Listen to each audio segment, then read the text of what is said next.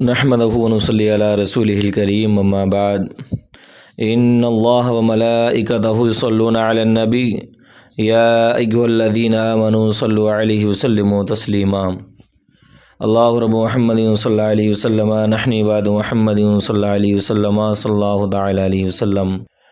تو آج کا درس سیرت مصطفیٰ صلی اللہ تعالی علیہ وسلم، صفحہ نمبر 126، ہجرت حبشہ یعنی 5 نبوی سال میں آج آپ سب کی خدمت میں پیش کروں گا جو مسلمانوں نے حبشہ کی طرف ہجرت کی۔ اور سماعت کرنے سے پہلے اچھی نیتیں کر لیں۔ حضور کے حدیث سے پاک ہے نیت المؤمن خیر من عملی، یعنی مسلمان کی نیت اس کے عمل سے بہتر ہے۔ میں بھی اچھی نیت کرتا ہوں اللہ کی رضا حاصل کرنے کے لیے میں آج کا درس آپ سب کی خدمت میں پیش کروں گا۔ اور آپ سبھی کا ہمارے YouTube channel Barkati online academy سے جڑنے کے لیے آپ سبھی کا بہت بہت شکریہ۔ اللہ آپ سب کو جزائے خیر عطا فرمائے، دارین کی نعمتوں سے مالا مال فرمائے۔ تو چلیں سماعت کریں۔ کفار مکہ نے جب اپنے ظلم و ستم سے مسلمانوں پر عرصہ حیات تنگ کر دیا تو حضور رحمت عالم صلی اللہ علیہ وسلم نے مسلمانوں کو حبشہ جا کر پناہ لینے کا حکم دیا۔ نجاشی، حبشہ کے بادشاہ کا نام اسحمہ اور لقب نجاشی تھا۔ عیسائی دین کا پابند تھا مگر بہت ہی انصاف پسند اور رحم دل تھا، اور توریت و انجیل وغیرہ آسمانی کتابوں کا بہت ہی ماہر عالم تھا۔ اعلان نبوت کے 5ویں سال رجب کے مہینے میں 11 مرد اور 4 عورتوں نے حبشہ کی جانب ہجرت کی۔ ان مہاجرین کرام کے مقدس نام حسب ذیل ہیں۔ نمبر 1 حضرت عثمان غنی رضی اللہ تعالیٰ عنہ اپنی بیوی حضرت بی بی رقیہ رضی اللہ تعالیٰ عنہا کے ساتھ جو حضور صلی اللہ علیہ وسلم کی صاحبزادی ہیں، اور 3 اور 4 حضرت ابو حذیفہ رضی اللہ تعالیٰ عنہ اپنی بیوی جناب حضرت سہلہ بنت سہیل رضی اللہ تعالیٰ عنہا کے ساتھ، 5 اور 6 جناب حضرت ابو سلمہ رضی اللہ تعالیٰ عنہ جو اپنی اہلیہ حضرت سلمہ رضی اللہ تعالیٰ عنہا کے ساتھ، 7 8 جناب حضرت عامر بن ربیعہ رضی اللہ تعالیٰ عنہ جو اپنی زوجہ حضرت لیلہ بنت ابی حشمہ رضی اللہ تعالیٰ عنہا کے ساتھ، 9 جناب حضرت زبیر بن العوام رضی اللہ تعالیٰ عنہ، 10 جناب حضرت مصعب بن عمیر رضی اللہ تعالیٰ عنہ، 11 جناب حضرت عبد الرحمن بن عوف رضی اللہ تعالیٰ عنہ، 12 جناب حضرت عثمان بن مظعون رضی اللہ تعالیٰ عنہ، 13 جناب حضرت ابو صبرہ بن ابی رحمیہ حاطب بن عمر رضی اللہ تعالیٰ عنہما، 14 جناب حضرت سہیل بن بیضہ رضی اللہ تعالیٰ عنہ، اور 15 جناب حضرت عبداللہ بن مسعود رضی اللہ تعالیٰ عنہ۔ ان لوگوں نے ہجرت کی۔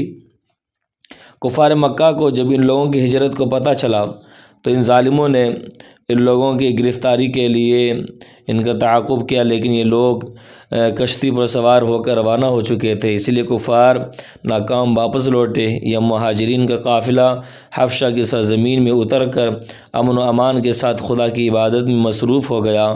چند دنوں کے بعد ناگہاں یہ خبر پھیل گئی کہ کفار مکہ مسلمان ہو گئے۔ یہ خبر سن کر چند لوگ حبشہ سے مکہ لوٹ آئے، مگر یہاں آ کر پتہ چلا یہ خبر غلط تھی۔ چنانچہ بعض لوگ تو پھر حبشہ چلے گئے، مگر کچھ لوگ مکہ میں روپوش ہو کر رہنے لگے۔ لیکن کفار مکہ نے ان لوگوں کو ڈھونڈ نکالا اور ان لوگوں پر پہلے سے بھی زیادہ ظلم ڈھانے لگے، تو حضور صلی اللہ علیہ وسلم نے پھر لوگوں کو حبشہ چلے جانے کا حکم دیا۔ چنانچہ حبشہ سے واپس آنے والے اور ان کے ساتھ دوسرے مظلوم مسلمانوں کل 83 مرد اور 18 عورتوں نے حبشہ کی جانب ہجرت کی۔ کفار کا سفیر نجاشی کے دربار میں تمام مہاجرین نہایت امن و سکون کے ساتھ حبشہ میں رہنے لگے، مگر کفار مکہ کو کب گوارا ہو سکتا تھا کہ فرزندان توحید کہیں امن و چین کے ساتھ رہ سکیں۔ ٹھیک ہے، ان ظالموں نے کچھ تحائف کے ساتھ عمرو بن عاص اور عمار بن ولید کو بادشاہ حبشہ کے پاس دربار میں اپنا سفیر بنا کر بھیجا، تو ان دونوں نے نجاشی کے دربار پہنچ کر تحفوں کا نذرانہ پیش کیا۔ بادشاہ کو سجدہ کر کے یہ فریاد کرنے لگے کہ بادشاہ، ہمارے کچھ مجرم مکہ سے بھاگ کر آپ کے ملک میں پناہ گزین ہو گئے، تو آپ ہمارے ان مجرموں کو ہمارے حوالہ کر دیجئے۔ یہ سن کر نجاشی بادشاہ نے مسلمانوں کو دربار میں طلب کیا، تو حضرت علی رضی اللہ تعالیٰ عنہ کے بھائی جناب حضرت جعفر رضی اللہ تعالیٰ عنہ مسلمانوں کے نمائندے بن کر گفتگو کے لیے آگے بڑھے، اور دربار کے آداب کے مطابق بادشاہ کو سجدہ نہیں کیا، بلکہ صرف سلام کر کے کھڑے ہو گئے۔ درباریوں نے ٹوکا تو حضرت جعفر رضی اللہ تعالیٰ عنہ نے فرمایا کہ ہمارے رسول صلی اللہ علیہ وسلم نے خدا کے سوا کسی کو سجدہ کرنے سے منع فرمایا، اس لیے میں بادشاہ کو سجدہ نہیں کر سکتا۔ اس کے بعد حضرت جعفر بن ابی طالب رضی اللہ تعالیٰ عنہ نے دربار شاہی میں اس طرح تقریر شروع فرمائی، جس کا مفہوم ہے کہ بادشاہ، ہم لوگ ایک جاہل قوم تھے، شرک و بت پرستی کرتے تھے، لوٹ مار، چوری، ڈکیتی، ظلم و ستم اور طرح طرح کی بدکاریوں بداعمالیوں میں مبتلا تھے۔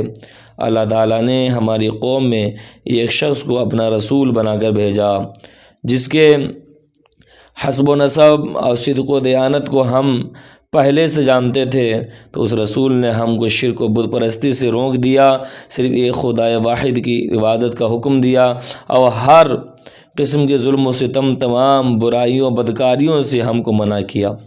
ہم اس رسول پر ایمان لائے اور شرک و بت پرستی چھوڑ کر تمام برے کاموں سے تائب ہو گئے۔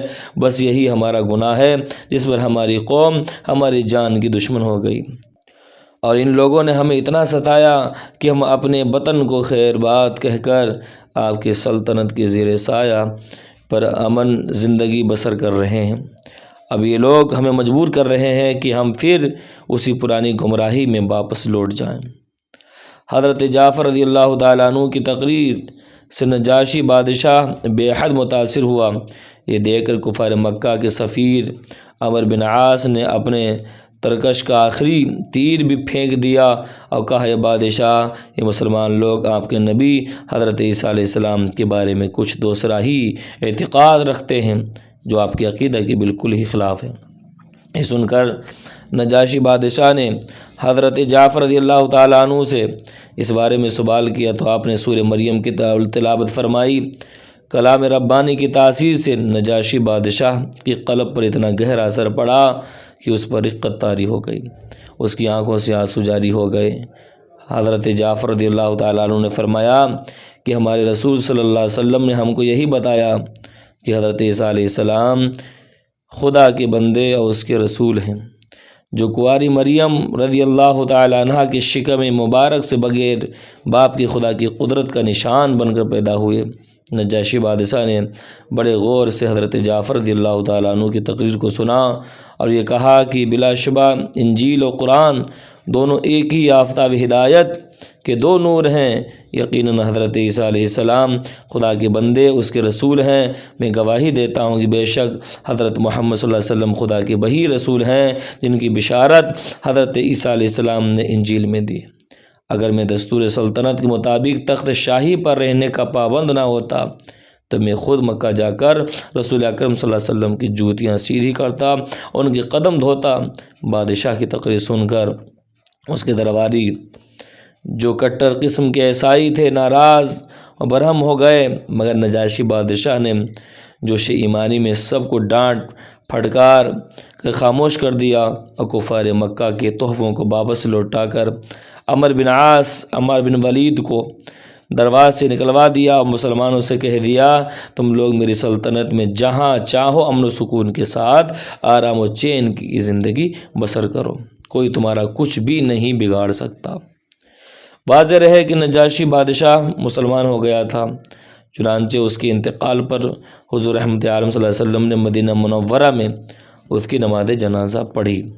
حالانکہ نجاشی بادشاہ کا انتقال حبشہ میں ہوا تھا، وہ حبشہ ہی میں مدفون بھی ہوئے، مگر حضور صلی اللہ علیہ وسلم نے غائبانہ ان کی نماز جنازہ پڑھ کر ان کے لیے دعائے مغفرت فرمائی۔ یہ جو غائبانہ نماز جنازہ ہے، یہ فقہ حنفی میں یہ جائز نہیں ہے پڑھنا۔ آج کے درس کا یہیں پہ اختتام کرتے ہیں۔ اللہ تعالی ہمیں آپ کو عمل کی توفیق عطا فرمائے۔ جن حضرات نے ابھی تک ہمارے YouTube channel Barkati online academy کو سبسکرائب نہیں کیا وہ سبسکرائب کر دیں، مجھے دعاؤں میں یاد رکھیں۔ السلام علیکم ورحمۃ اللہ وبرکاتہ۔